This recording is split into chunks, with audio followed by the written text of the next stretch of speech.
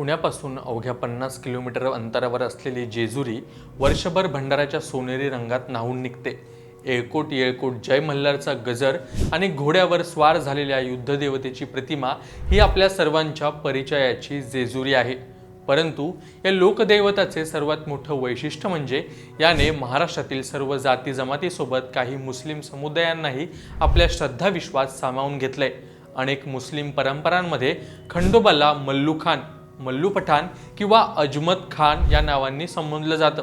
इतकंच नाही तर गडावरील देवाच्या पवित्र घोड्याची देखभाल करण्याची जबाबदारी सुद्धा एका मुस्लिम कुटुंबाकडे आहे। हा केवळ हिंदू मुस्लिम ऐक्याचा संदेश नाहीये, तर दख्खनच्या अनेक शतकांच्या सांस्कृतिक देवाणघेवाणीतून निर्माण झालेली एक समृद्ध लोकधार्मिक परंपरा आहे। आजच्या या व्हिडिओमध्ये आपण पाहणार आहोत, जेजुरीचं मंदिर खरोखरच 800 वर्ष जुनं आहे का? खंडोबा या लोकदैवताचे मूळ काय?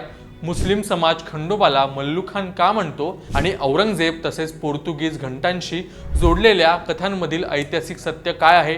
व्हिडिओ इंटरेस्टिंग आहे, त्यामुळे शेवटपर्यंत पहा आणि अशाच व्हिडिओसाठी अभिजात मराठी विशेषला नक्की सबस्क्राइब करा।